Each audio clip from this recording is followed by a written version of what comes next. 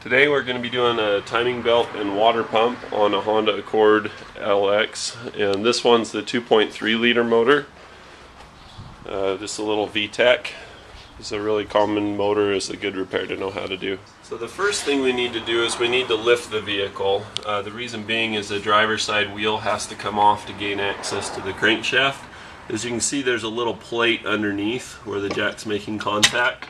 That's the point where you want to jack the vehicle up. You just need to get it so that you have enough room to work and be able to get the driver's side wheel off. Once your vehicle's lifted, it's important to have another safety device under there. I'll take a jack stand and put the jack stand underneath. I'll show you where that goes. As you look underneath, you'll see a subframe. And that's a good place to put the jack stand. You can lower the vehicle onto the stand or just leave them both in place. Having two means of support is always a good idea in case one fails. The next thing I like to do after I get the vehicle lifted up is drain the antifreeze. You can see there's a little drain cock down there, and you just reach in with one hand, and after you get the pan on there, if it's really stuck, you can use a pair of standard pliers and just get it to rotate that first little bit, and then you can back it out the rest of the way by hand. If it's draining really slow like this, you can go ahead and crack open the radiator cap. Once you open the radiator cap, it'll come out pretty fast. You may need to adjust your pan. So the next thing we like to do while it's draining is just go ahead and pull the wheel off.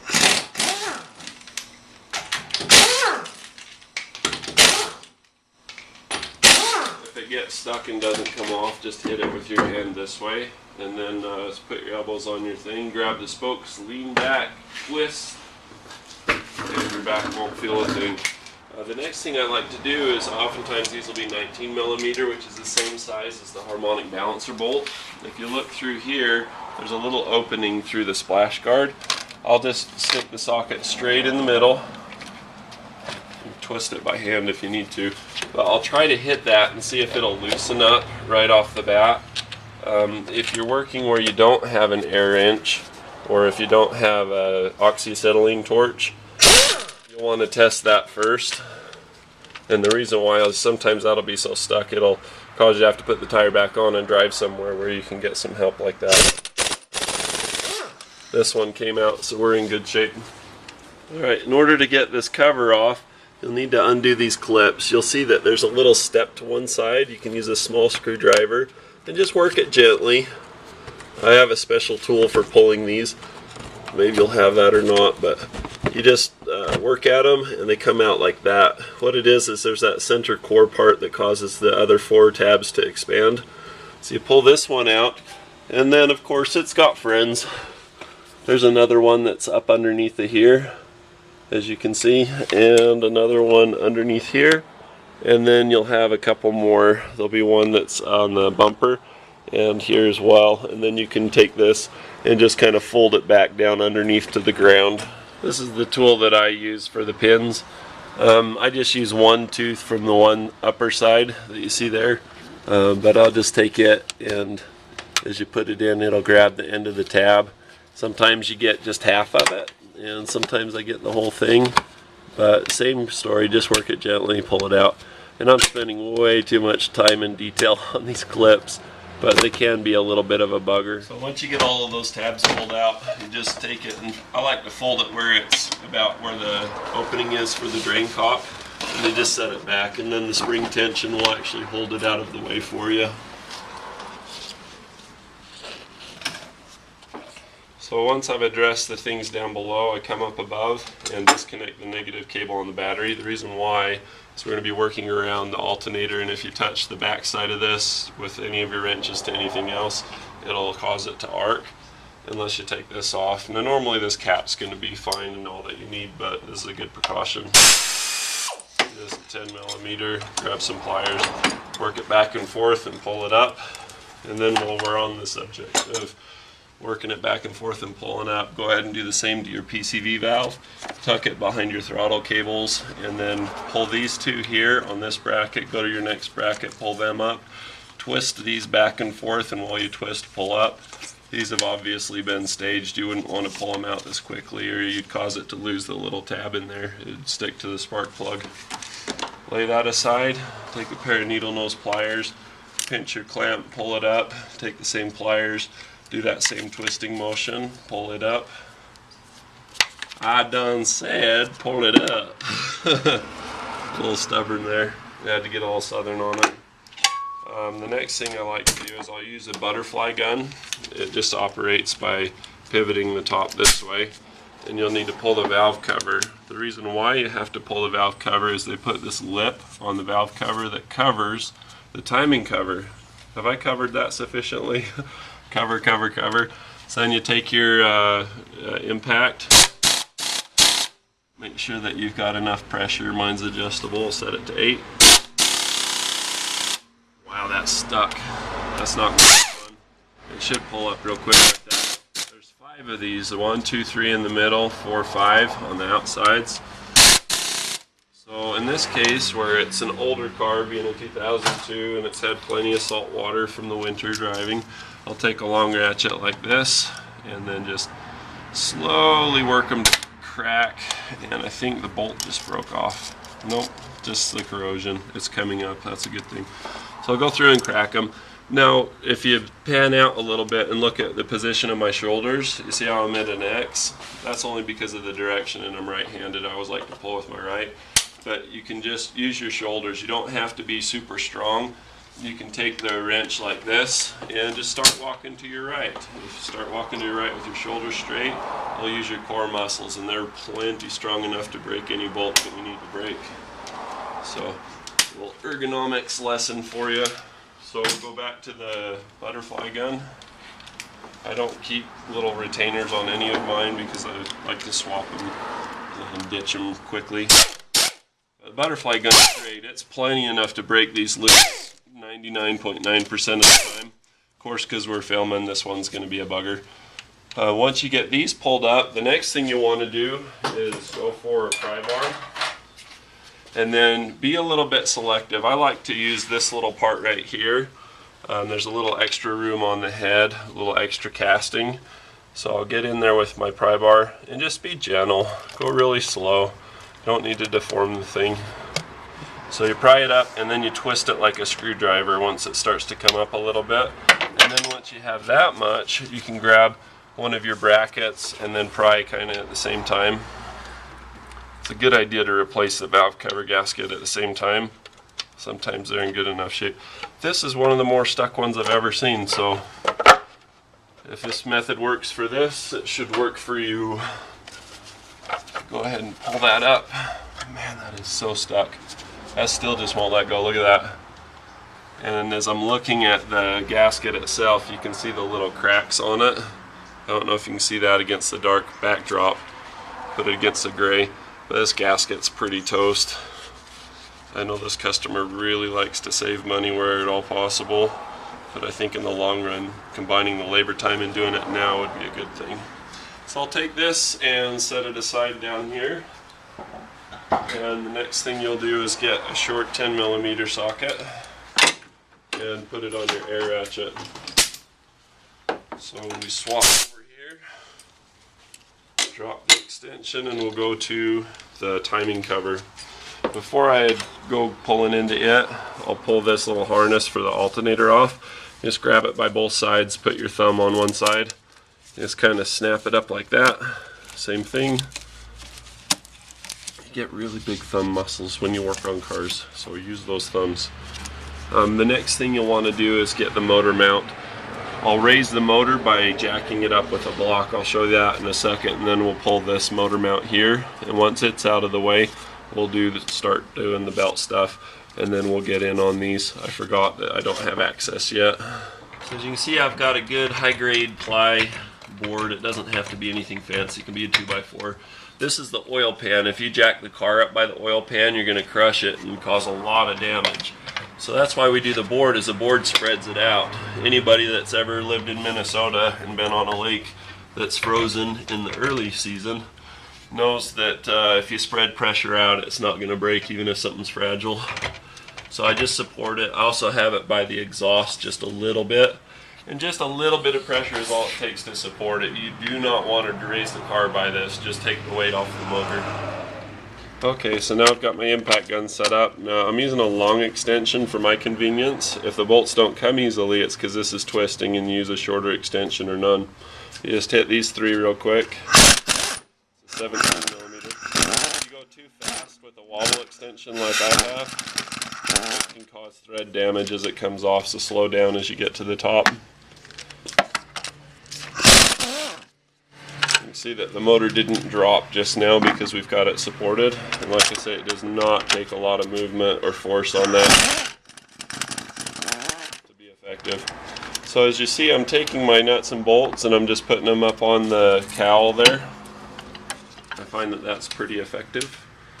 Back to the motor mount, it's got a little 12 millimeter nut. There's actually a clamp that helps to secure it down in there.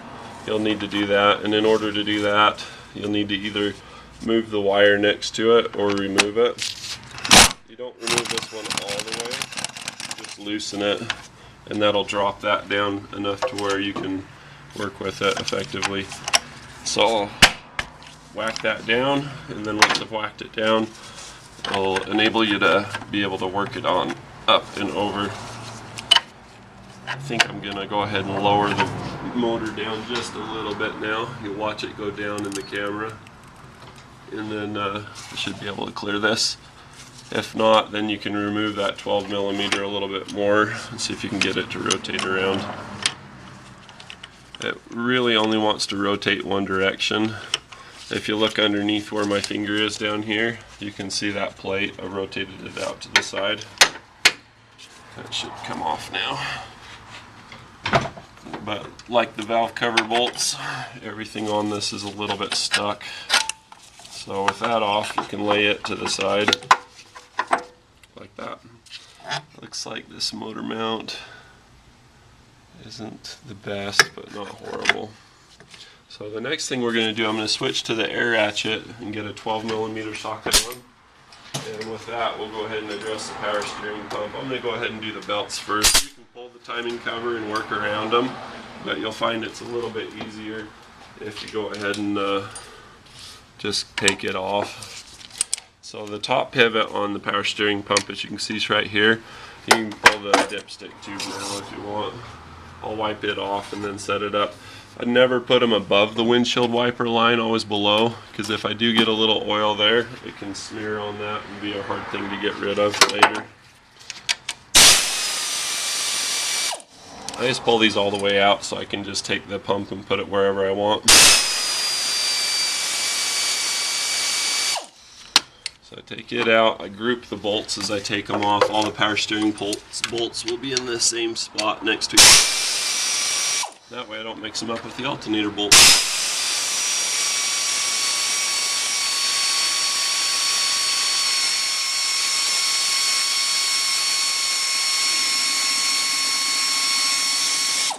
I wiggle it to see if I'm done or not, and then I'll just take the bolt and push it out to the other side and lay it aside. Peel the belt off and label it if you want as they come off, because a lot of these will be similar inside. On this car it's not. You got a skinny one and a big one. I'm not going to label that. I work on a lot of different makes and models, and sometimes I mix them up. So now that that's out of the way, you'll find that there's a couple of bolts on the cover. There's one right here, and then there's also another one here. I'll want to get the bolt on the dipstick tube first, and once it's out of the way, I'll be able to get the cover bolt. I'll show you once the compressor turns off. Okay, so we go ahead, take the dipstick tube off. Well, what's going to happen is I'll pull the bolt out and then I'll get it to twist. You don't want to bend it. You don't want to bend the tab, you don't want to bend the tube, but you do want to twist it so the O-ring breaks free and it'll come out. So we take the little bolt, put it clear away from anything that's similar to it, and we'll take the tube and kind of do the same. So you just wiggle it, wiggle it, wiggle it, and then all of a sudden it'll come. Wipe off the base so that you don't slime the customer's cowl. Not that they'll ever see that, but it's just nice to keep things clean. It makes me happy. So I'll take a 10 millimeter deep and get it in there. wipe off my socket so it's pretty enough to be on camera. Let's see, did I miss before? Sorry. I'm failing here. Get in there. If you angle this way, you'll find you got access. You may notice if you're a long-time subscriber, I'm trying a little different approach here to avoid having to edit a lot but still get a good continuity. I've got a helper.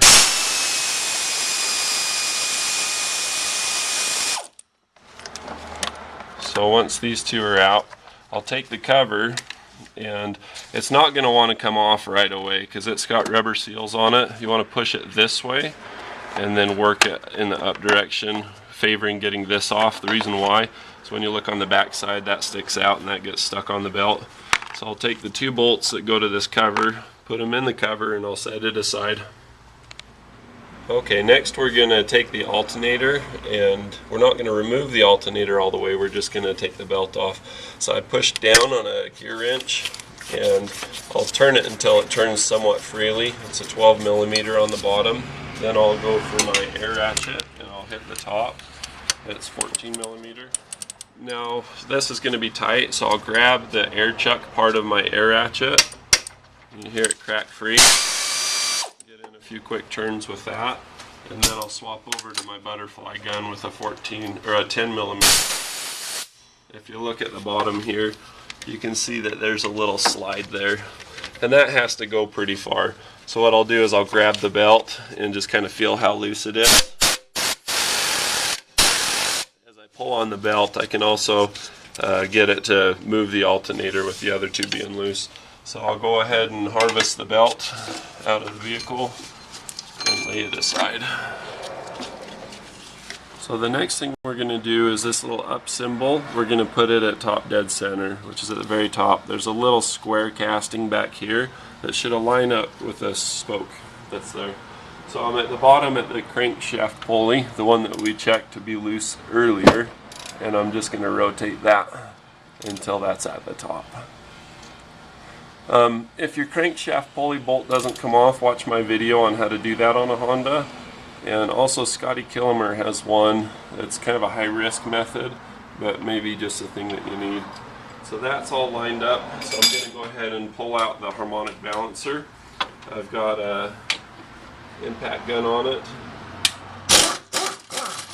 We'll pull the bolt out. And as you pull it off, there's a little key that's in there that will probably fall out, a little aluminum shear key. You see, I just work it back and forth. As you wiggle and pull, it'll come off. And then here's your little keyway. So I'll pull the key out and just set it aside. And now you'll notice that it's got a little taper on the one side. That goes down because this is at the top position. That little taper goes down and goes in first, just for reference. So we'll go ahead and pull that off, and then next we'll pull the timing cover.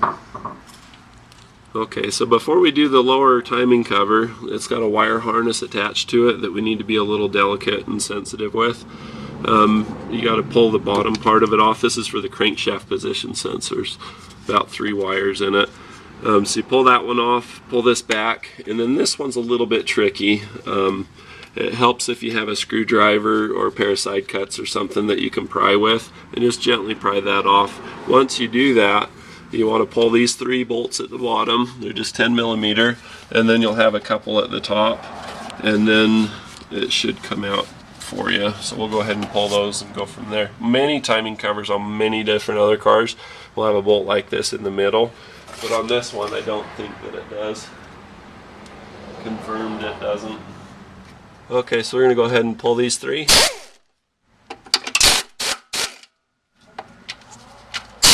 If they fall, they won't get stuck because it's the ground is their next stop. So there's those, and then we're going to go up above, and I'll show you the top ones here. Good. Yeah. Okay, so there's one that's just right in from the alternator there. I can't even see it, I just feel it with my fingers and then put the impact wrench. Starts coming out, then I know that I'm on it. So I'll take that and lay it aside. Oh, not all. So I just grab that between my fingers and set it aside. And then there's another one that's down here on the back side. It's located between the harness for the...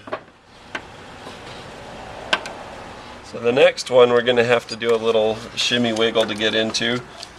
It's just down on the side of that harness for the crankshaft position sensor. And I didn't stage this, so you get to see me struggle. You'll struggle a little. It happens to the best of us. And don't feel like you have to be fast. I feel like I have to be fast and I'm rushing it because I'm on camera, but take your time, enjoy it. So with this one pulled out, it's all the way loose, and if I go in there to grab it, I've got a 50-50 chance at it. So watch what I do. I'll take this amazing little tool here that costs $1.99. It's a telescoping magnet. If you don't have one, get one. And I'll pull it out and I'll have a 100% chance of retrieval. Once it's out, I can take the timing cover and I'll just take one finger and just stick it down in there and just give it a little tug, and it'll burp. The rubber will basically come undone that is between the plastic cover and the metal of the engine. I'll pull it back and then I'll reach in from underneath and I'll twist it side to side as I pull. Just kind of twist and wiggle, work it in a circle, and pull it out. You'll have to have the bottom of the cover. I'll show you above so you can see. But as you pull it out, you want to pull the cover back, and then you want to pull it with this close to the motor, and I just wiggle it and pull it. There's a 14mm bolt for the tensioners that goes through here that has a rubber ring on it. That'll either fall away or come off. That's part of pulling it back. So you want to wiggle it to get it off of that bolt and have this close to the motor and get it down between that bar for the suspension, and then come back up and over the bar and out the rest of the way. So that's how you do it. We'll throw the bolts in there and set it aside. So this is the little rubber grommet that I was telling you about. This goes on after the timing cover goes back on, and it goes over. You can see that little clean brassy part here. That's where this goes, and it just kind of pins the cover onto that bolt so that it doesn't go anywhere. The reason that sticks out is so that if your timing belt's loose and making noise, you can loosen that bolt, turn the engine over counterclockwise, and it'll bring all of the slack just to those two tensioners, and then you can tighten the bolt and it'll cause your timing belt to be tight again. See, I still have a face. Perfect. So the next thing that I'm going to do is you have a 14mm bolt, and it holds down both of your tensioners, the pulleys, and they're both slotted in different directions, and you've got springs running them up each side. So what we're going to do is we're going to take a ratcheting wrench, or you can just take a box wrench, and I just kind of coach it on with the back side of my index finger on my left hand, and then I hook underneath the wrench with the right, and then I'll kind of get a CPR position here. And that way I'm pushing down on the motor mount or on the body, not on the cruise control, but just something solid. I just push down and pull up, and that way you don't hurt your back, even if it's really stuck like this one. This one is as stuck as it is. I'm going to go for a longer wrench.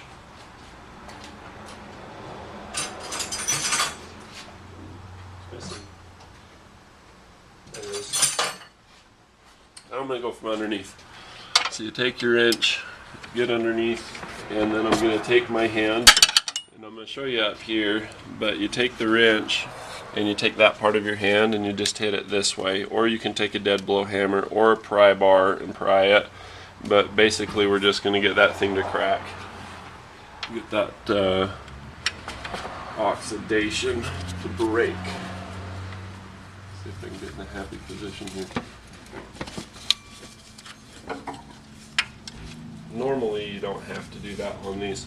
In fact, given this scenario that I have, I'm just going to take another wrench and I'm just going to interlock the ends of them. And that way I won't break my knuckles. Hit that bottom one. Man, that was stuck. Did you see how hard that was to break that? When you loosen a bolt, when you initially get it to snap free, they call that breaking. Because it sounds like breaking, but technically the only thing that breaks is the corrosion. Okay, so with that being loose, I'll go back to my tool of choice, which is that ratcheting box wrench, and I'll get it really loose and then I'll push all the tension off of it, and then I'll tighten it with the tension off. Now as you look down underneath of here through this angle, come around to the other side, there's a timing mark. You'll need to come around on this side in order to see it. You can see I marked with yellow right here and right here. Now this is the engine balance belt, or the cam balance belt. It's just basically a weight that counteracts the camshaft so that it doesn't vibrate, makes the engine smooth. So that has to be on the mark there, and it also serves another function of running the pump back here, the oil pump. So with that tension off, I can reach down underneath and pull the belt up and get it off. And then once that's off, there's a 10mm bolt here. I'll pull that off and it'll allow this pulley to come off. It'll just slip off. It's just held by it's like a spanner. You'll see it here in just a second. I almost forgot. You see the cam balance belt and you see the tensioner that we were just on. There's a little plug on the back side of the motor. See if I can get the lighting to cooperate, and I'll show you what you do here. You get a 12mm socket. You can see I have mine in place already, and you reach in there and pull it out. Get a paper towel or something. You're going to leak a little bit of oil, but we're going to lock this thing up on the back side. And the way that you do it, now one thing I'm going to show you is that on the oil plug, you can tell I'm filming now, it's not as good, huh? Spanky does a lot better job than I do. So you have the washer and the bolt, and you take a M6 that's just really long. If you ever take apart a Honda transmission, you'll find that they're full of helpful long bolts for this. But you just take that long bolt, follow the oil trail back to your hole, and you go ahead and put that in. As you go to take off the belt for the cam balance, watch as I take this off, you'll see that, pull it off of this one, I'll rotate that with my thumb and push in, and that drops it down in there, and then it's locked up. So you do that and you're just going to be okay. So the next thing we're going to do is we're going to loosen this bolt yet again, and it'll fall back. And then I go in with the 10mm ratcheting box wrench, and this is the pivot. You can see how this moves on that bolt. So it's not threaded all the way, there's a solid piece of barrel to it. So we'll crack that loose and spin it out. Now once you take this out, as I described before, that bracket's going to come off that braces the pulley, and you'll be able to take that pulley off. Now this bolt, as you can see, it's got kind of a special thing going on there. You can use that to pin this other one. See how there's a bolt missing from this other tensioner? I don't know how well you can see that in the camera. See if you can get a little detail of where that bolt's missing and see the threads. Probably have to come in from this angle. But as you look in here, look to the right, there it is. There's a little slide. You can see a little cutout right here, and you can see the shiny threads. This bolt that you pull out from here, you use there. It's an M6x1 also, and you'll go ahead and pin that, and that'll help you to set the tension and get the timing belt correct for the lower belt. And then once everything's in from the lower belt, then you can do the outer belt. By lower, I just mean like deeper in the process. Also, there's a timing mark down here at the top. You see it, this one, it says POA, and there's an arrow. There's a corresponding mark that's behind that that you can go by. And with the belt that's off, and with the keyway missing, you can just go ahead and wiggle this off, and then you can see the arrows behind it. See the two arrows?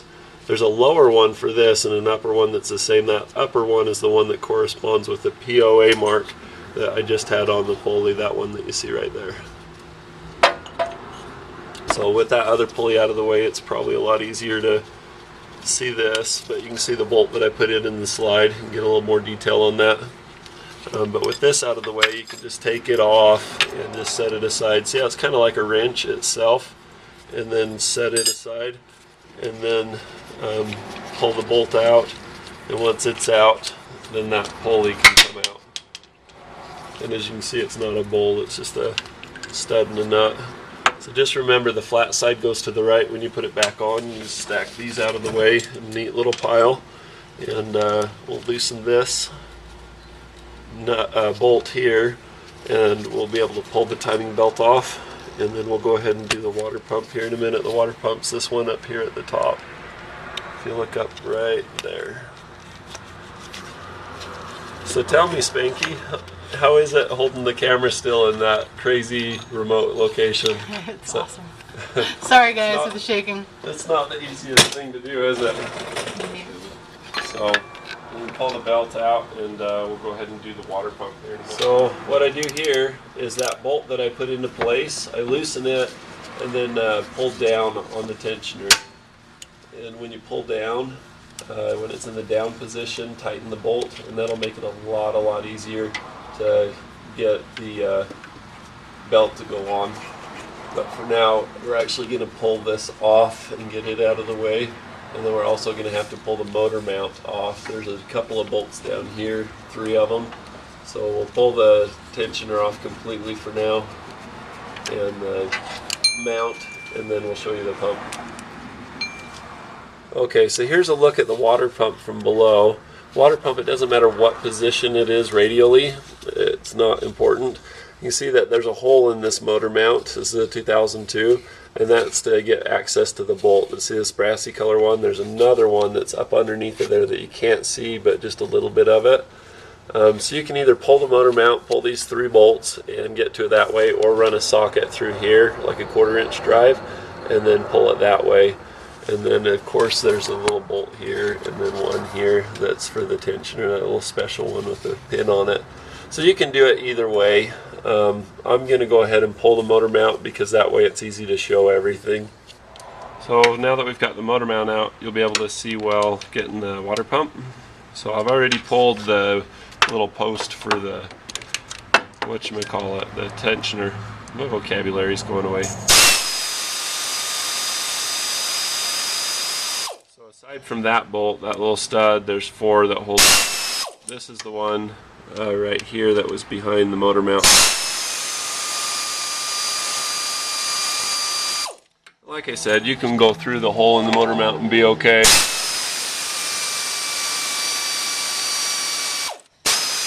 But for filming, it works a lot better to just pull it out. So the last bolt down here, I'm not sure where it is. I think it's like right. I was kind of feeling around bolt. I think I got it. I got a bolt to something.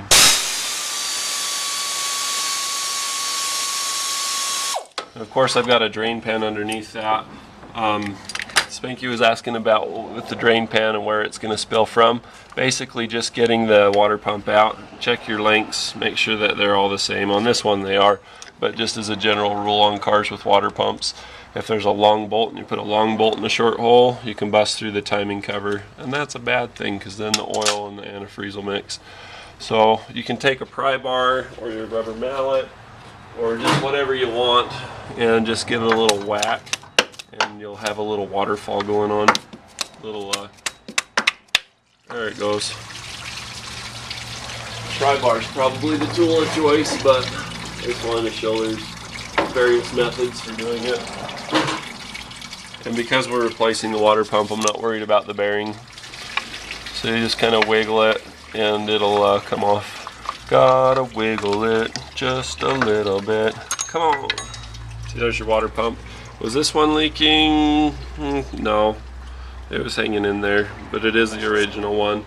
And it's a good idea to just replace it because it's easier to deal with it now than later. See, this one has 2 different ports. There's one at the top and the bottom. It would be leaking out of this one. In some applications, it's probably mounted this direction, and so they just do one casting for multiple applications. Alright, so basically what I've done is I've lowered the motor down when I went to go do that little waterfall episode hitting it with the mallet. I'll let it sit down until I hear it kind of stop and get quiet, and then I'll pull the drain pan out, and then I'll lift the motor back up into position. That'll make it easier for access to get the water pump in, for one, but also it causes all the antifreeze that's in there to spill out, and then when you put it back up, it goes back in, and so you can wipe all the antifreeze off. I like to have a clean, dry, sterile surface to be able to mount to. I'll use some brake parts cleaner, just squirt my rag, wipe around the outside of it, and then I'll put just a little bit of Permatex Right Stuff or 3M weather strip adhesive or something on the gasket to make it stick to the pump. and then when I put the thing on, it'll squish out and it'll ultimately stick to the car too. That way, if you were to have a situation where you would have a little bit of a leaky pump due to warping or an imperfection in machining or something like that, and a gasket shrinkage, that sealant will save the day to where you won't have a leaking gasket. It'll last as long as the pump seal will last. So that's what I do. So after you put the sealant on first and then you press it in with your thumb, it'll get all over your thumb, so you can wipe it off of your gloves. But it should look something like that. So there's some sealant, as you can see by the sheen, on the pump as well as, you know, behind the seal. So you just go in and place it down like this. Just try to get it to sneak up behind the cover, and then you don't have to take that cam wheel off or the cover. You just slip it up and underneath like you saw me do, and then just get a couple of bolts started in it. Always get your bolts started by hand when you're going into aluminum engine block like this. This isn't something that you want to strip out or cross thread. It'll cause you a lot of grief if you do. Got. Okay, so once the pump's on, the next thing to do is take the base pulley that is for the main timing belt and put that into place and pin it with the bolt. I'll show you what that looks like. So the next thing you want to do is, once you get the pulley on and the bolt in, you take your pliers or a hook or something, pull that down. It's not easy to do, but it's possible. And then just tighten that bolt that came from over here down onto here, and it'll hold that out of the way so that you can put the timing belt in place and have the spring in place. Once it's on, then we'll just go ahead and loosen the bolt and it'll hold tension. We'll leave the bolt in place until we go to put on the other pulley, and then the nut will hold this in place.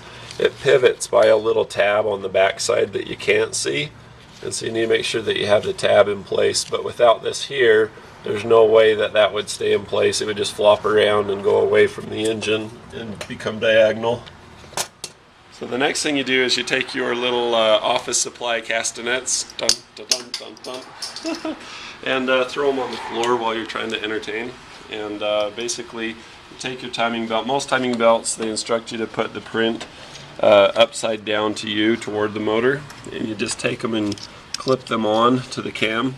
Notice I haven't strung it on anything else. You always start on the cam, and then the next thing you do is you go down to the crank. And so all of my tension will be taken up on this side, and all of the slack will be on this tensioner side. Remember this little guy, the little keyway that goes in here?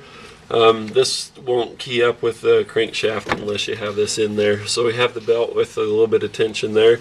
So I pull the tension out by rotating it counterclockwise, and then remember the sloped part goes in first at the bottom. So we just push that in, and I've already wrapped the belt up around the tensioner here and around the water pump. So the next thing I'll do is release the tension on that little screw. I don't pull the screw out. It's technically a bolt, I know, but anyway, I'll take a screwdriver and I'll pry up on that just gently. You don't want to mess up your belt. You just want to pull out all the slack that's there. Make sure that your bolt, your little M6x1, little 10mm head one, is loose enough that the spring can operate and set the tension properly. So I feel the tension here and here. I check my timing marks here and here as well as on the cam.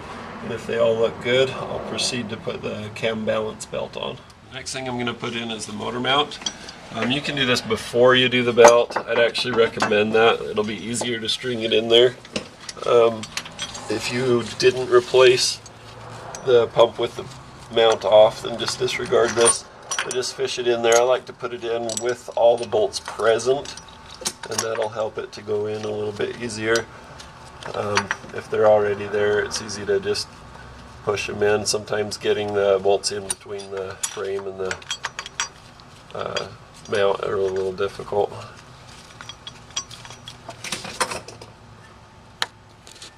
Okay, so here's how you'll have the tensioner. There's a spring. You hook it in from the front side this way, or the back, doesn't really matter. I do it this way so that the hook's away from the timing belt, and then just put the bracket over the thing.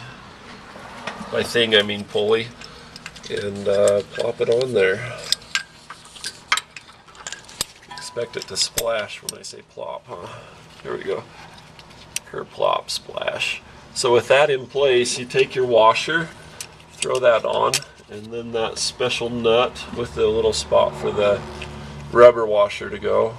And you just screw that on until it's just kind of on there so that it's not gonna wobble away, so that it's on there somewhat. And then the next thing that we're gonna do is we got to pull out the little bolt that's holding the tensioner for the backside timing belt, and we'll put it in place back here on the pivot. So I've tightened this bolt in all the way. I've got it, as the Germans say, according to Spanky, guten tight. Sounds like guten Tag, which means good day. So you go ahead and put it on. It's usually a good idea to do the ribbed ones first, like this one on this side on the front, so that it holds good. And then also this one, and then do that one last. I violated that order of operations, as you can see.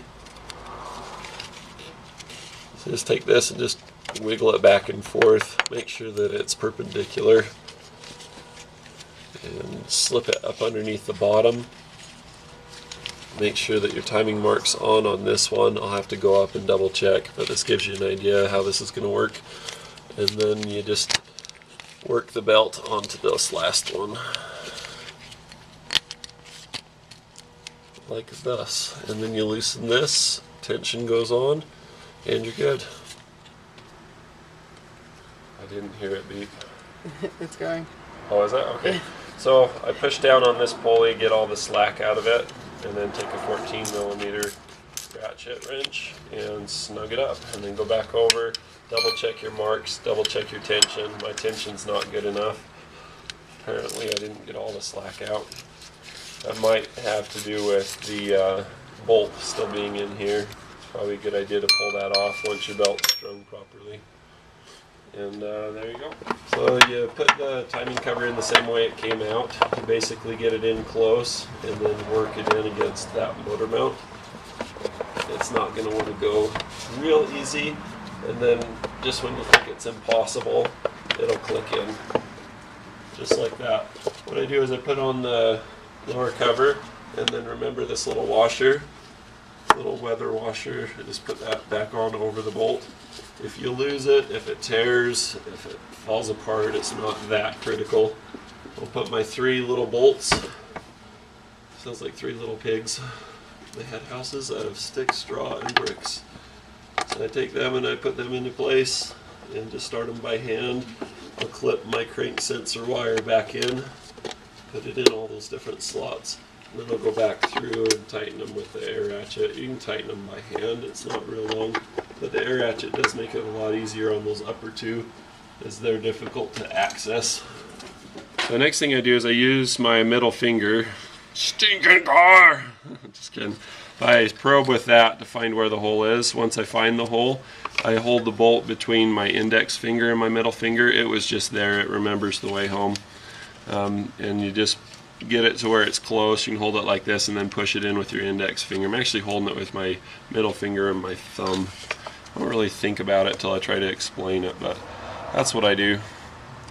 So, and you can also, because these have a little valley in them, you can put your index finger in there and put them in this way.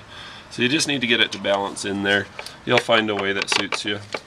So mine's in place, and then I rotate it by turning my 2 fingers like this on the head, and then I'll go back in with the air ratchet. You can use an extension and, you know, a socket, and that works too. Ah! I'm in Australia! I'm upside down. Just kidding. So you thought I was going to do the upper cover, but that's not the case. The reason why is we're going to do the valve adjustment on this one. It's a good time to do it. It's pretty good opportunity. So we're going to put the harmonic balancer on. We're not going to do any of the belts or anything yet. You just line up the key, put in the bolt, zip it down with your impact, and then we'll have something that we can rotate it with. So we'll get the firing order on this. We think that it's 1432, but we're going to double check and do the valves, and then we'll do the upper cover. So we've adjusted the valves, and that's good to go. So the next thing is put on the upper cover. So you just put that on, and then there's the bolt here, and then the other one back here. And then don't forget to put the oil dipstick tube back on. I'll show that in just a second. So once you got the upper cover on, you take your dipstick tube, put a little bit of oil on the base of it if you like, and give it a little wiggle twist. Talk to it nice, say please, and it'll go in. And then the next thing, take your bolt and bolt the top of it. It'll be a really difficult thing to put this on if you forget and do the belts first. So just be sure to remember. Next thing we do, we're going to reuse this gasket. We just sealed it up good. Is put it in, drop the back side in there first, because that's the tricky side to get past the fuel injection. Make sure it says VTEC this way, 2 in the front, 3 in the back. And even if you're using a new gasket, you want to seal the corners on each side of the sunrise, crest, whatever, half circle. Just give it a little tap tap. Just think of disappointments in your childhood. Throw a little tantrum, it'll make you feel better. I want to do the middle ones first. That's the back one. Don't go to your full torque.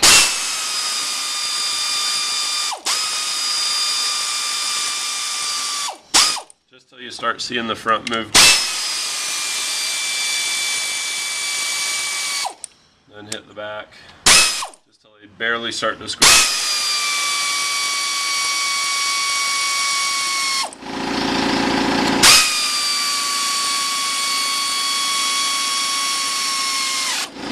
Love my air compressor, just not when it goes while I'm filming. I guess I need the air. Then I'll just finish it up. These have a little barrel to where you tighten them down until that snugs down, and you're done. And then take your PCV valve. If you're going to forget something, it's going to be this. It's going to be a loud hissing noise, and your check engine light's going to come on. It'll say P0171, lean bank 1. You only have one bait on this, you only have one cylinder head. Re-clamp your breather hose, drop in some spark plugs, or maybe some wires. Maybe you're going to do a tune-up at the same time.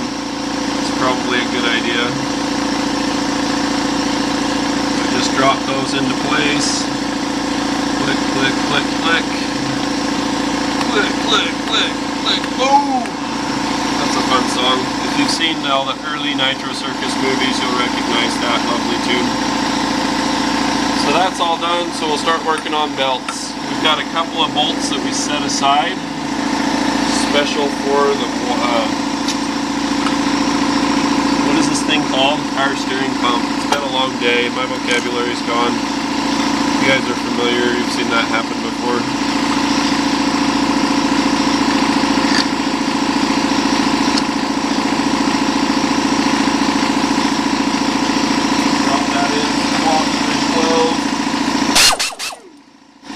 Laser noises.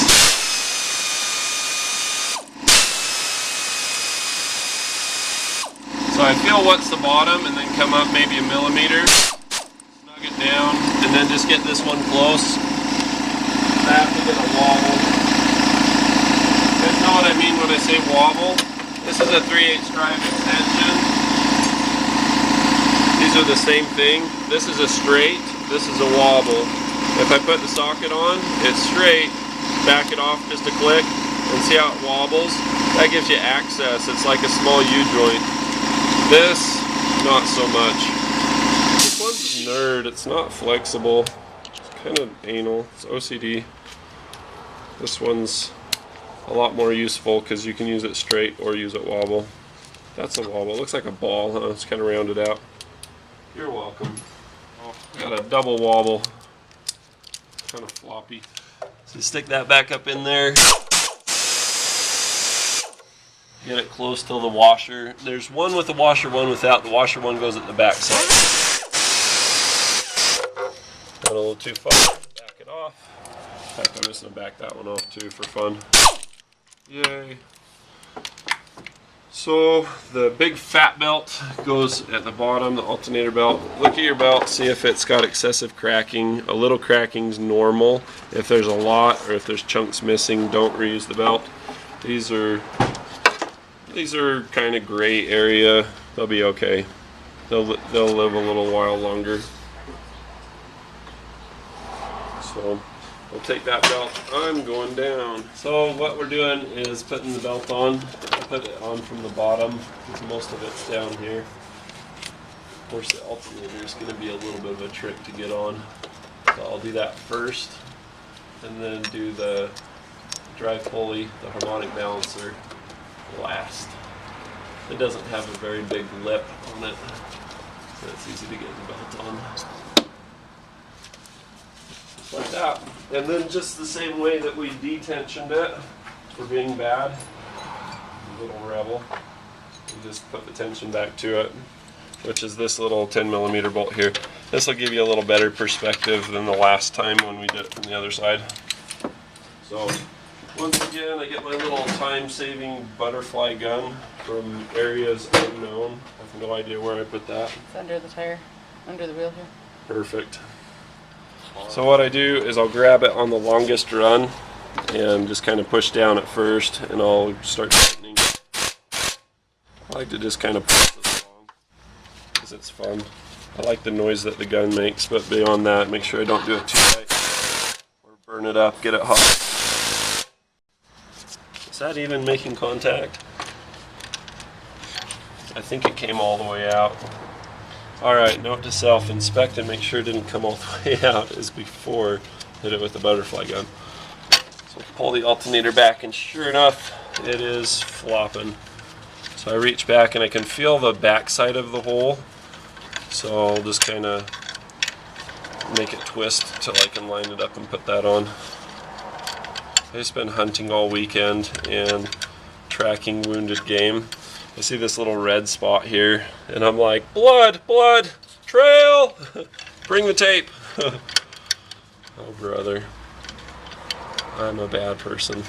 I have this one friend on Facebook named Elaine that's from Great Britain, and she makes little wooden fairies and stuff. And whenever I post hunting pictures, we get along on a lot of things. We're all about increasing world love and peace and harmony and all that good stuff.